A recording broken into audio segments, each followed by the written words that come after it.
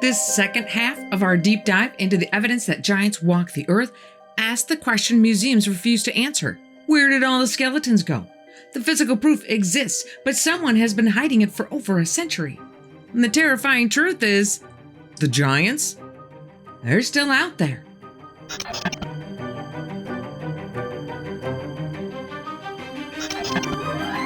This is the second half of a two-parter on the subject of giants. If you haven't seen part one yet, be sure at some point to go back and watch the first half where we have a nice little chat about the Nephilim, the Anunnaki, and the multiple different origin stories from cultures all over the world. But regardless of where they came from, we are going to look at the evidence that giants have been here before and might still be here today. The world has always had its share of merely really tall people.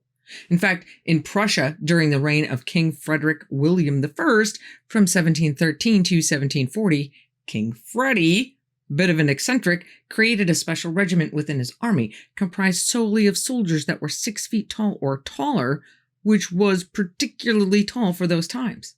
I have no idea why he created this elite group of soldiers. Maybe it was just to fulfill some twisted fantasy? Or was it to have this imposing line of giants that would surely have made at least some of his adversaries think twice about taking on the Prussian army? Or maybe a bit of both. Whatever the reason, it worked for a while. Too bad he never actually taught them to fight, because when their giant regiment hit the front line, they pretty much folded like a cheap suit. Now, as fun of a tidbit of history as that is, they are not the kind of giants we are looking for. These aren't the droids we're looking for. We are looking for proof that actual giants roamed the earth. Fun fact! According to the Historia Augusta, which is a collection of biographies of the Roman emperors, Emperor Maximinus Thrax, who reigned for a whole 3 years from 235 to 238 AD, is said to have stood 8 feet 6 inches tall. Interesting, but we are looking for the ones with the legendary red hair, 6 fingers and toes, and 2 rows of teeth that stand at least 8 feet tall. Globally, 0.00038% of the population is 7 feet or taller, which gives us about 3,000 out of a world population of 8 billion. That's a pretty small club. But that still means that over time, a lot of the 7-foot skeletons recovered may not really be anything other than hitting a gene jackpot. We are looking for the big mammer jammers. So where do we start? Well, why don't we start with the megalithic structures we can still look at and touch today? Places like Stonehenge in England, the Gigantia temples in Malta, Sacsayhuaman in Peru, Baalbek in Lebanon, and Göbekli Tepe in Turkey. Now, just like the Egyptian pyramids, mainstream archaeologists say that these stones could have been moved with relatively primitive engineering and a large workforce.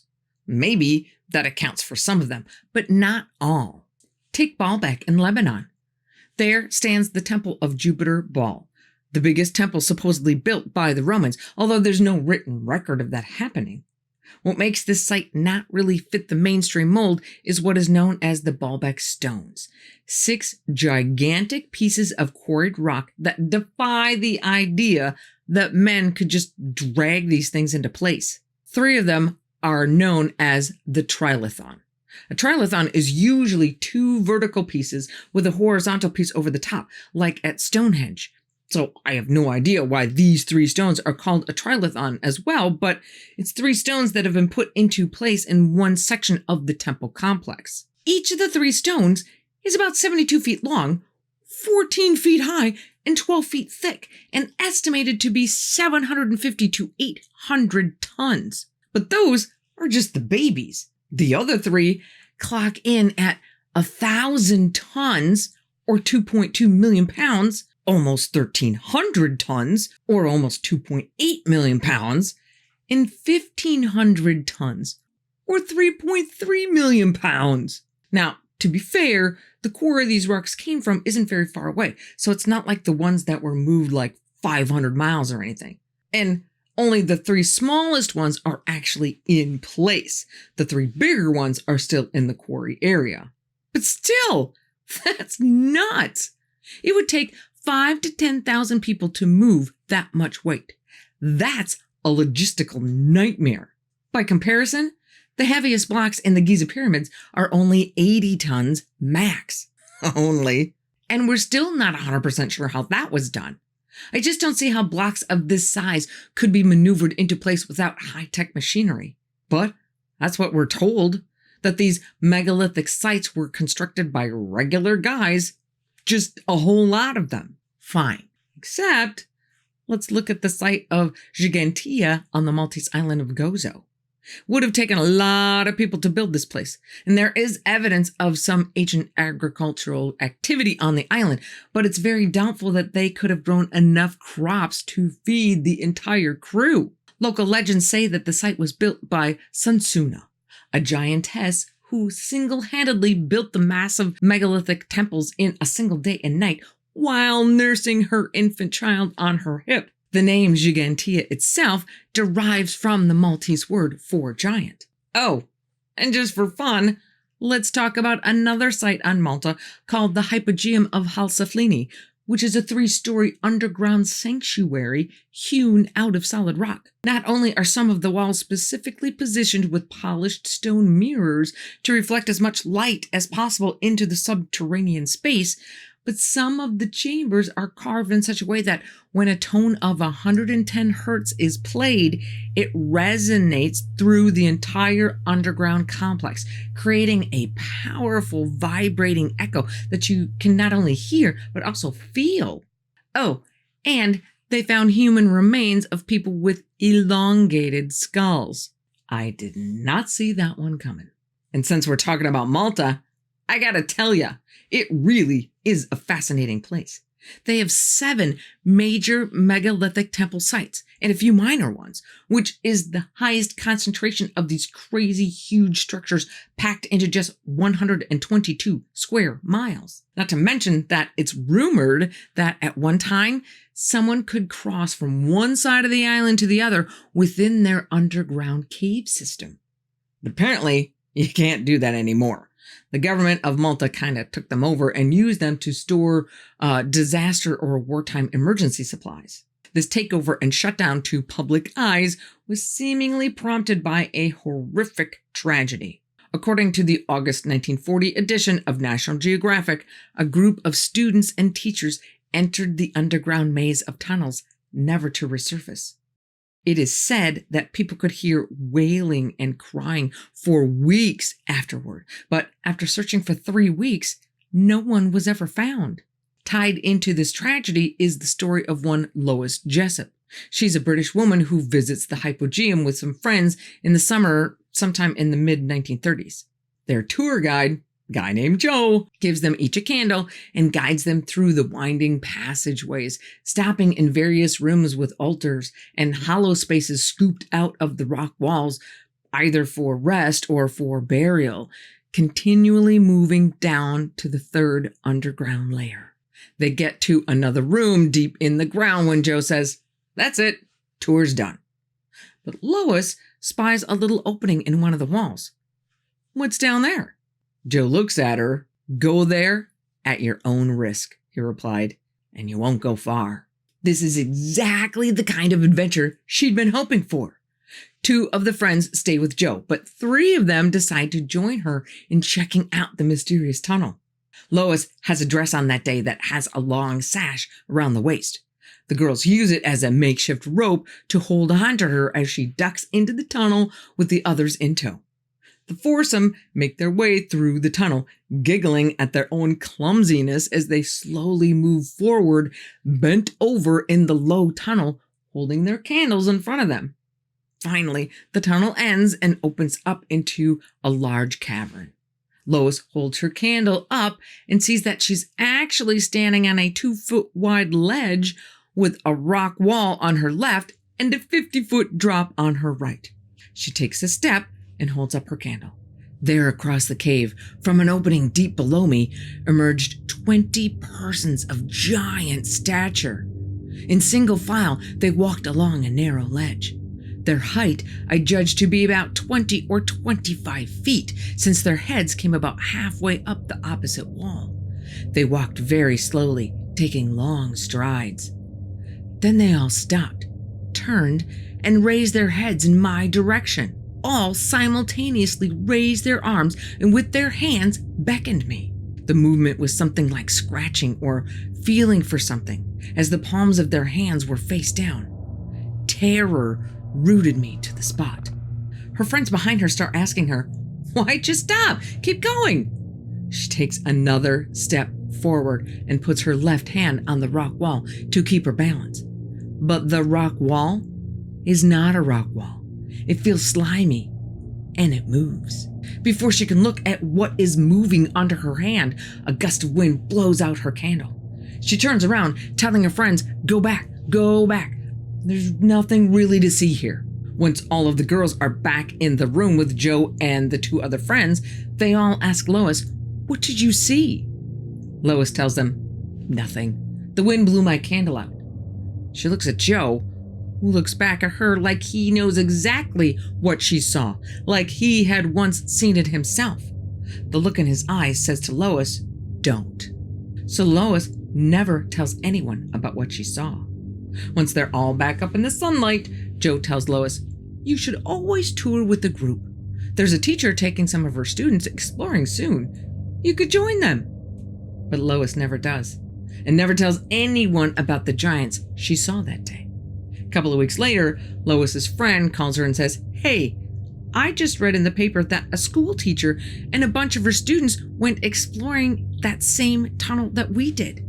They were all roped together, but when the last person in the line turned the corner where your candle blew out, the rope was cut and a cave-in prevented any rescue." Several months later, Lois's sister is in town and wants to go to the hypogeum while she's there. Not real excited at the idea, Lois goes anyway.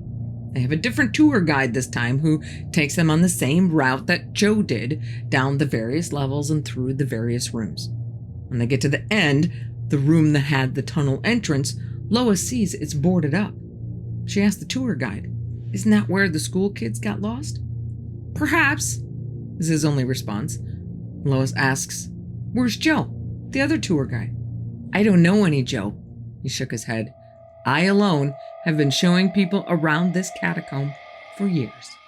Now, I'm fairly confident that anyone who has ever looked into the possibility of giants has heard this story. It's pretty legendary. It's often debunked as just a story that Lois wrote for the Journal of Borderland Research. However, I found something else that I've never heard before. Many years after the Malta event, Lois became the secretary for the New York Saucer Information Bureau, which is just one of lots of UFO groups that sprung up in the UFO craze of the 1950s. After a lecture in New York called Flying Saucers and America's Destiny, that briefly talked about the cavern world in the interior of the Earth, Lois approached the speaker, Riley Crabb, to tell him of her experience in the hypogeum. She described the huge cave giant she saw to Mr. Crabb, telling him their covering seemed to be like long white hair, combed downward and shaggy looking. Their heads were oval and elongated at the chin and top, and the hair on their heads fell about the shoulders like a draped monk's cowl. Mr. Crabb belonged to an organization called the Borderland Sciences Research Foundation and was the editor of their magazine, the Journal of Borderland Research, which published stories and research about topics like UFOs and occultism and unexplained phenomena, the borderland being the space between science and the supernatural. Mr. Crabb admits that he found her story a little hard to believe, but after he and Mrs. Crabb spent a good chunk of the next 2 days with Lois, he said he found her to be very level-headed. But it wasn't until he got home and had a chance to do some research on Malta that he read the National Geographic article about the lost school children and the underground tunnels, and another Nat Geo article that talked about one of the rooms of the hypogeum having a hollow-sounding floor, meaning that there are areas yet to be explored.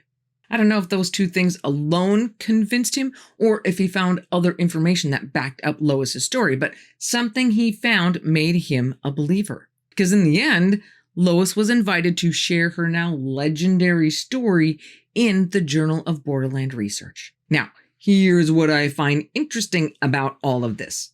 Why would someone go up to a lecturer she doesn't know and start telling him about a fictional story she wrote? They wouldn't.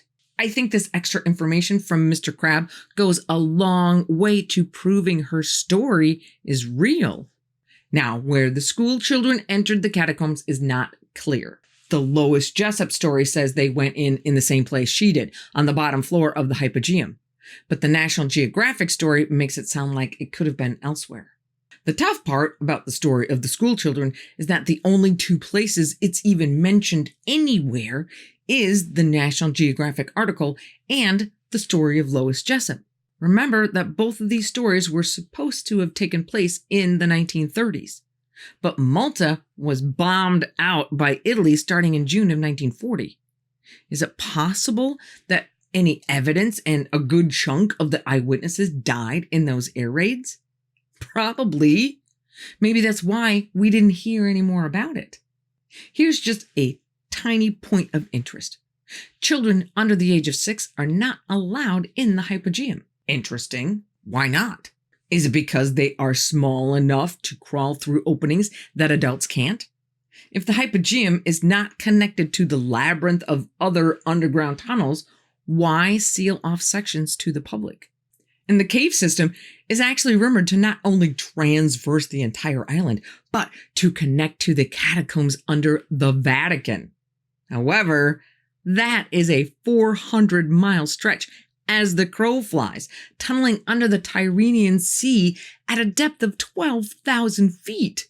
I don't think so. And if you stayed in the shallows and just hugged the coastline of Italy, that becomes 650 miles, and it would still require tunneling down to depths of over 1,000 feet under the water. Again, I don't think so. But just because the main line tunnel to the Vatican may not be real, that doesn't mean that giants on Malta aren't. Dr. Anton Mifsud, an author of several books on the history of Malta, claims that his friend living on Gozo Island has dug up a 10-foot skeleton, but he hid it from authorities. Can't say I blame him. And speaking of digging up giant skeletons, let's move from Malta to a place that seemingly has them everywhere, Sardinia. Sardinia is known to some as the land of the giants. Sardinian tales describe giants as a prehistoric race arriving around 12,000 years ago. Tall beings, over 12 feet tall, who arrived either from the sky or the sea and taught locals skills like building. They're linked to nuragis, stone towers surrounded by fortresses. There's over 7,000 of these things on the island, and they are found nowhere else on Earth. Legend says these were the homes of the giants. But some would say it's not just legend. In his second podcast with Michael Knowles, during their discussion of giants, author and researcher Timothy Alberino tells the following story told to him by the eyewitness. The witness's team was excavating the remains of one of those towers. The tower was sealed, but they managed to get it open and get inside. Using flashlights, they crawl inside, through a passage, and into a room. In the room, seated at a massive table on an oversized chair with a large plate and chalice in front of him, is a dead giant, estimated to be about 12 feet tall. The tower was practically hermetically sealed, so the body is nearly perfect. What was he eating when he died? Oysters! I'm certainly not going to say that this is the place where they originated, but it sure seems like the place where they all died. A common feature throughout the island is what's known as Tumba Deis Gigantes, or Tomb of the Giants. There are like 800 of these huge stone tombs all over the place that are said to have been built somewhere between 2000 and 1000 BC. Now, maybe these are tombs built for regular people, but I'm not so sure about that.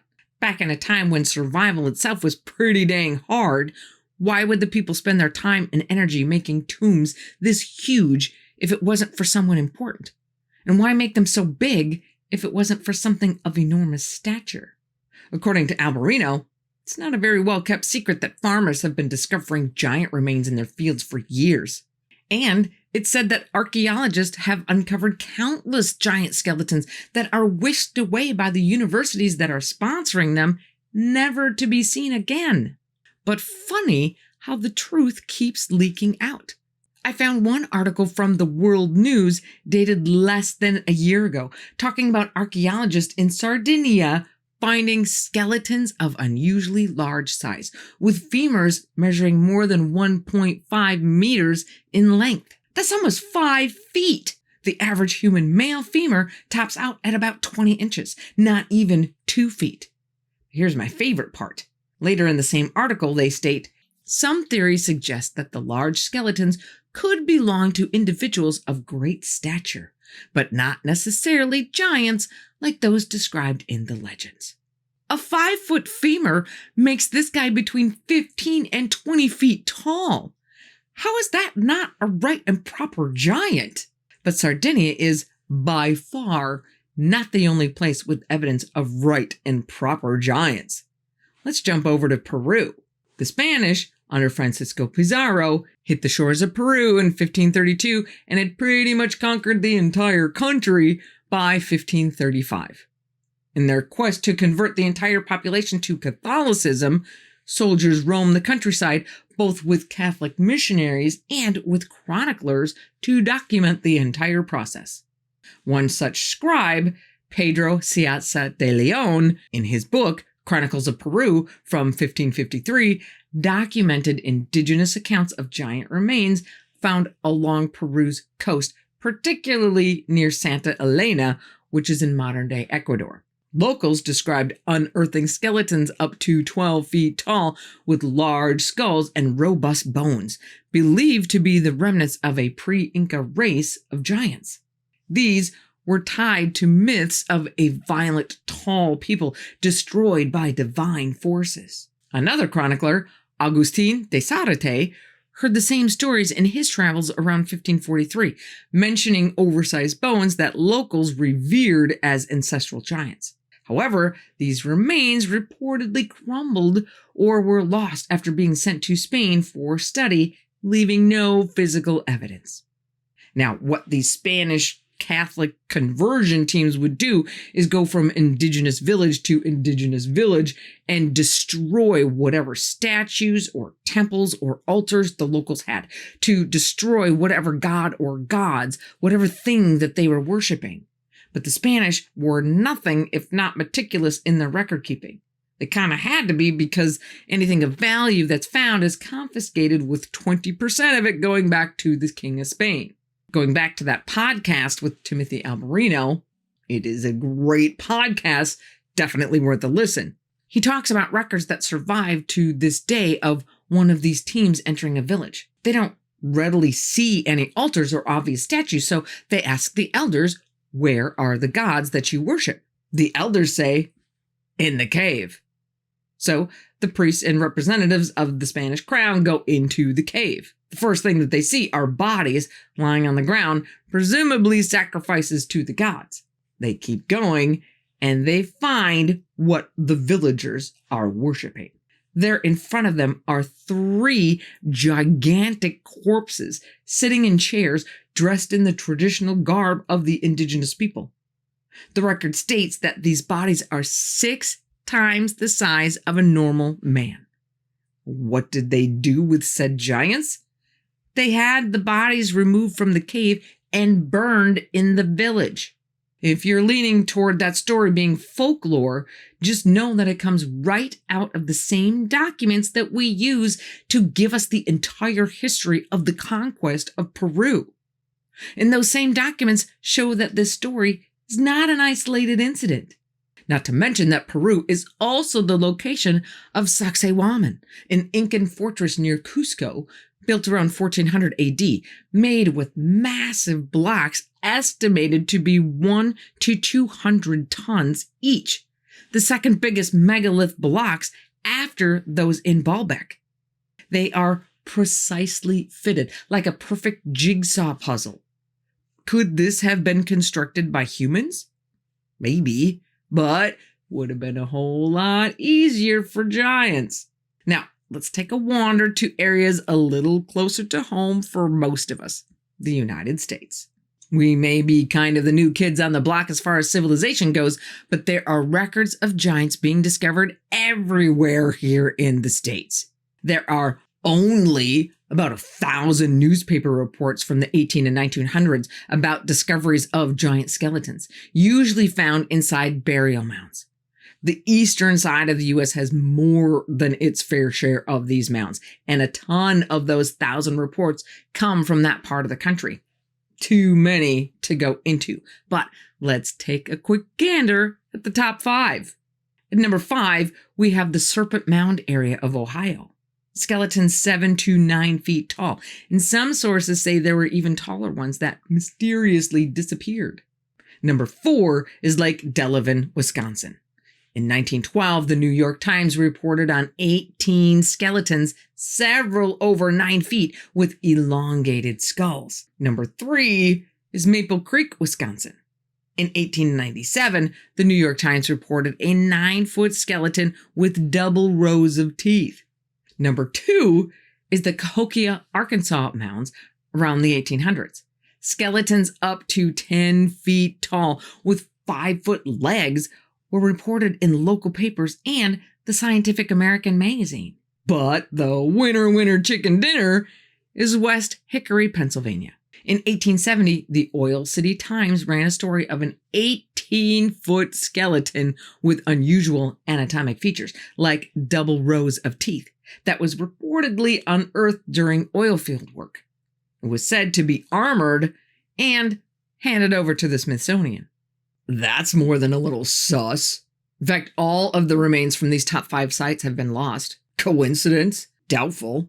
But we'll talk more about that in a minute. Now, a lot has been made about the idea that the time period when a lot of these articles were printed was a time in American journalism when reporters tended to exaggerate the details a bit to sell a few more papers. And I agree, that certainly was a thing for some newspapers. But let's put this into perspective. If we have, let's just round it to 1,000 printed stories, can they all be exaggerated? Not one of them are true? I can hear you skeptics out there saying, yes, but I just can't believe that's the case. Even if 99% of them were hyped up for clicks, that means 10 of them are still true. As far as I'm concerned, it only takes 1. But for now, let's keep our giant train moving westward with a stop in Nevada. One of the most well-known giant stories in the U.S. is the story of Lovelock Cave, also known as Sunset Cave or Sunset Guano Cave in Nevada. In 1912, ranchers ventured into what looked like an abandoned cave to collect bat guano.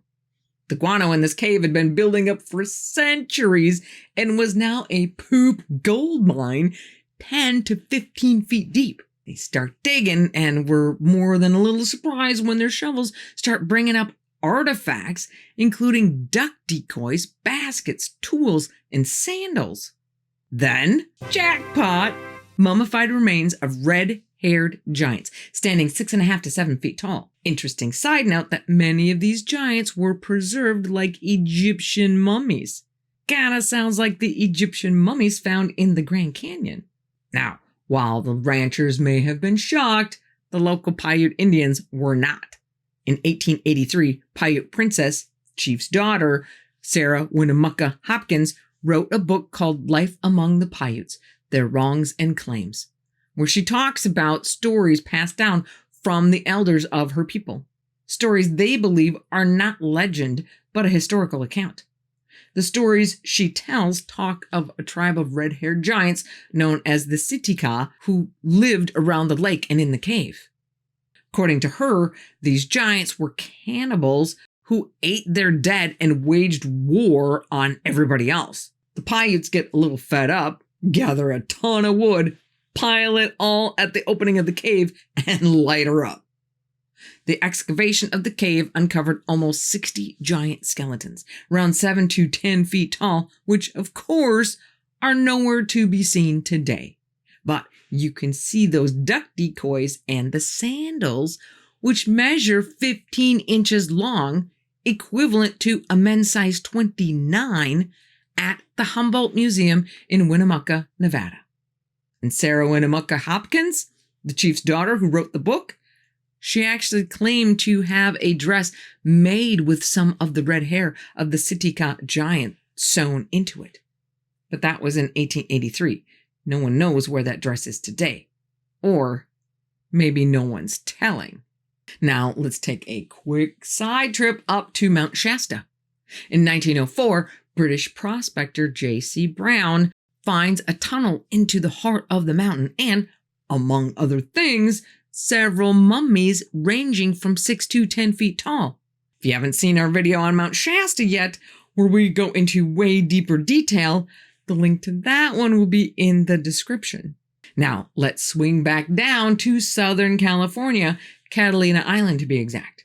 Some of you may be familiar with the excavations of Ralph Glidden from 1919 to 1928. Ralph was an amateur archaeologist who uncovered several large skeletons ranging from 7 to 9 feet tall.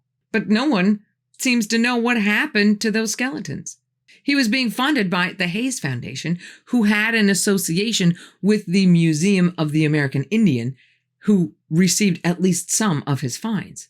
In 1924, the Hayes Foundation pulled his funding, so Ralph opened his own museum on the island, which stayed open until his death in 1968, at which point his entire collection was transferred to the Catalina Island Museum, who says they received no giant skeletons. In 2012, the museum uncovered some dusty boxes that belonged to Ralph's collection. L.A. Marzulli was invited to come and go through those boxes. He spent 10 hours going through all kinds of papers, but managed to find a few photographs. One in particular caught his attention. It's Ralph standing at a dig site looking over a giant skeleton lying in the dirt.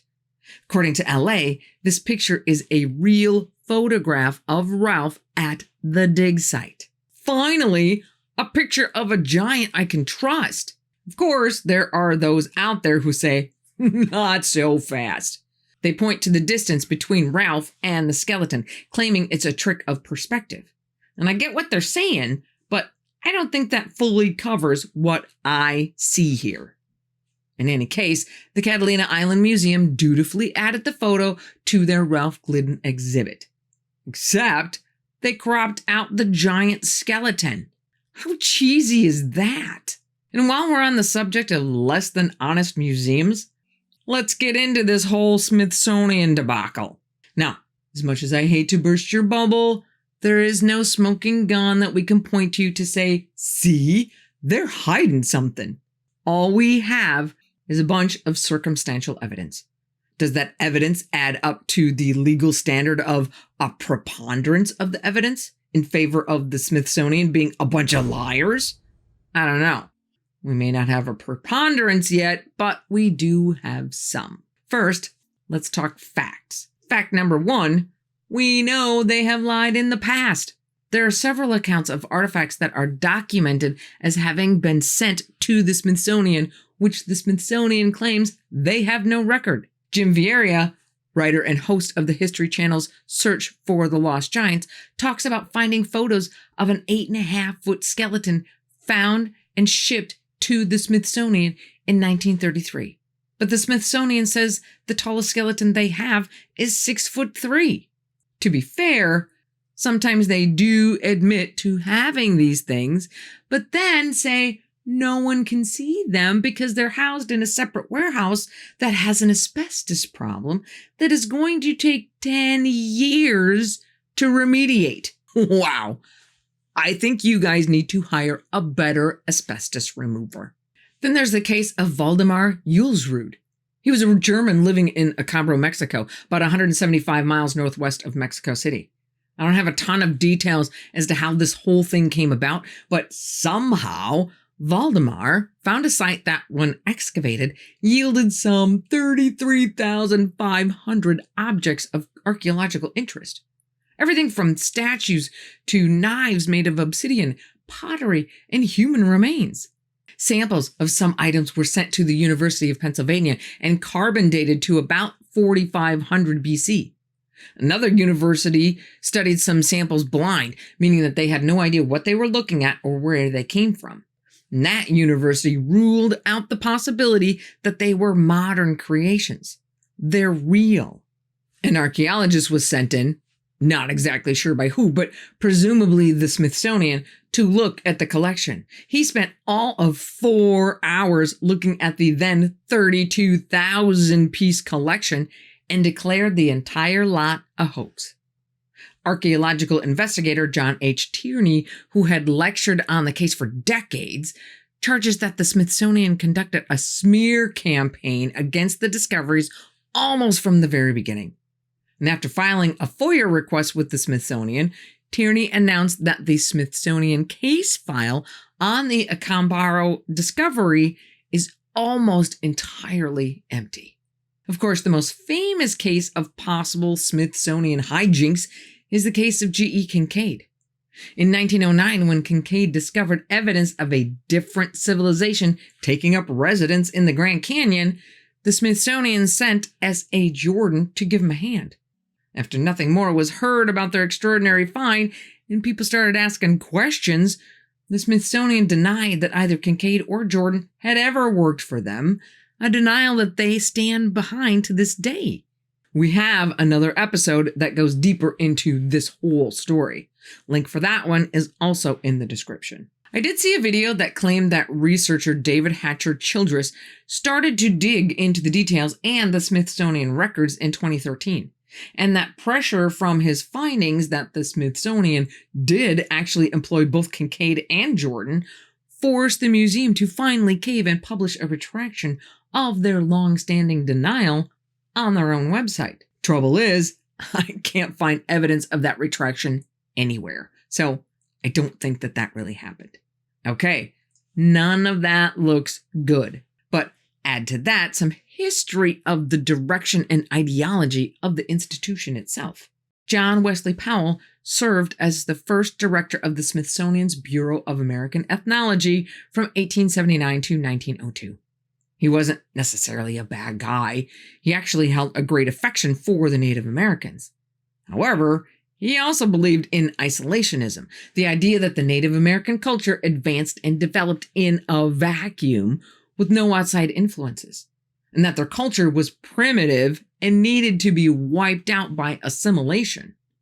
In any case, nice guy or not, I can see where it would be easy to let one's own ideologies be the jury on the value of discoveries that don't fit your worldview. But even better is a guy named Alish Hrdlicka. He was the first curator of physical anthropology of the Smithsonian in 1904 and held that position until 1941. This guy was a piece of work. He was a eugenicist who believed that there were only 3 races in the entire world: white, black, and yellow and brown. Basically, everybody else. When this guy excavated mummies, he would ship the bones home without the skin. Total disregard for the mummy as a whole. He only cared about the bones because that was his personal focus and expertise. This guy had no concept of the big picture. And he wholeheartedly was of the opinion that people had not been in North America for more than 3,000 years. Okay, I get it. We have information before that he did not have back then when forming his opinions. But here's the part that scares me. And this is quoted straight from Wikipedia. Hrdlicka and others made it virtually taboo for any anthropologist desirous of a successful career to advocate a deep antiquity for inhabitants of the Americas. In other words, agree with me or I will bury you. Now, I get it. Both of these guys were products of their times, and maybe not in any way indicative of the fine people seeking truth over ideology that have been running the place ever since then. However, these two guys were at the helm at the same time frame that a lot of these giant remains were recovered. Imagine what damage may have been done that can never be undone. Maybe the Smithsonian is telling the truth about not having any of these artifacts in their possession because of the careless decisions of certain individuals 100 years ago. Maybe someday the Smithsonian will open its warehouses for all to see their 157 million artifacts. But I'm not holding my breath. Okay. Wow, that was a serious sidetrack. So let's get back in line by talking about where all of this history puts us today. Are these giants who, according to the Bible, live very long lives, still walking among us today? Well, there are quite a few people who say yes. Probably the most famous of modern day encounter stories is the Kandahar giant. We have a full episode on this story, link in the description, so I won't go too deep into the weeds. But it's the story of an American Army platoon in 2002 that encounters a giant living in a cave in the mountains of Afghanistan and gets wiped out. When another platoon is sent to look for the first one, they encounter the giant as well, but manage to kill it. The giant's body is recovered and secretly sent to the US. The only reason we know about it is because the guy who flew the body, at least part of the way, became a whistleblower. Then, more personnel came forward after that, including an Afghani soldier. We have an exclusive members-only video of him telling his story as well. And we have more stories from the Solomon Islands. Back in 1942, the Japanese occupied the island of Guadalcanal. When U.S. Marines landed on the island to retake it from the Japanese, they were surprised at the relatively small number of Japanese soldiers inhabiting the island, considering its military value. They forced the Japanese from the beaches deeper into the jungle, a place the Japanese did not want to go. Stories started to emerge of giants that lived in the jungle who were picking off the Japanese one by one and eating them alive. Giants that stood anywhere from 8 to 15 feet tall. I know that isn't exactly current news, but if you ask anyone on the islands about Mango, they'll tell you a story that's hard to forget. Mango Bosameta was a resident of Guadalcanal. Sometime around 1960, she disappears. Friends and family look for her for weeks until they finally give her up for dead. 25 years later, she's found close to her village, scrounging for food and pregnant. The villagers manage to capture her. It takes a while, but after a little time goes by, Mango is able to come back to her senses enough to tell her story. She'd been captured by the giants and taken as a wife. Field archaeologist Nicholas Cox went out to the islands and started asking around about the giants to the locals. The locals just tell him, yep, they're real. And then they go on to tell of a recent story from the 1990s. A crew was trying to clear some land for a future gold mine when their bulldozer blade, weighing over 1,000 pounds, breaks right off. They couldn't do anything with it until they got a new part for it the next day, so they just leave it in the clearing. Who's gonna take it? The next morning, they return to the site to find the blade missing, replaced with footprints measuring between 3 and 4 feet long. They follow the prints and find the blade in the trees about 400 feet away. Moving on to other parts of the world, on September 27, 1989, in the Russian city of Voronezh, about 200 miles south of Moscow, strange lights appear in the sky, witnessed by a whole bunch of people. These witnesses see a spacecraft land in a public park, and 3 giant alien figures emerge. Denis Marenko, who was a kid at the time but was in the park that day, sees a huge man who resembles a human but significantly larger get off the spacecraft. Moments later, the giant just disappears. January 3rd, 1996, in the town of Yatsits, about 25 miles west of Jerusalem, Chief of Security Herzl Constantini is at home when he hears a strange noise outside. He opens his door and is frozen in fear at the 11-foot-tall, 5-foot-wide giant standing in his front yard. Herzl estimates the weight of this thing at about 2 tons. Not knowing what else to do, he calls the police. 2 officers respond, but are laughing at him, assuming this guy's gotta be drunk. However, They change their tune when they see the tracks in Herzl's yard. Then there's episode number 746 of the Confessionals podcast, where the host, Tony Merkel, is joined by Pastor Troy Brewer, who talks about his experience seeing a giant while down in Mexico. I told my son, I said, Ben, turn around and tell me what you see up there. He just pulls out a chair and he sits down and goes, a freaking giant. I said, yeah. I said, hey, Jerry. I said, what? I said, don't panic. Tell me what you see at the top of that ridge. He goes, it's a giant. Now, of course, as technology gets better and better and cheap enough that just about everyone can afford a cell phone, videos of so-called giants are getting more and more common.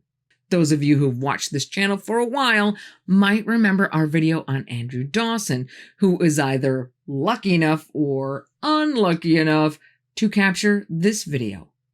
Link in the description for this one as well if you want the full story of craziness that goes along with this footage.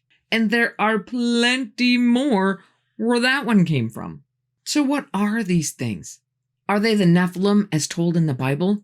Are they the unfortunate byproduct of alien-human hybrid experimentation? Or are they something more earthly?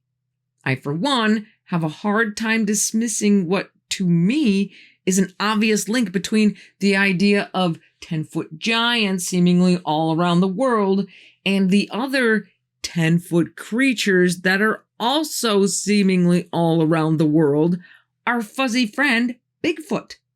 Is it possible that these creatures are either one in the same or at least closely related? Maybe. Bigfoot tracks with 6 toes have been found, like this one from Glenn Rehberger 4 on TikTok from Kilcoy, Queensland, Australia in 2023.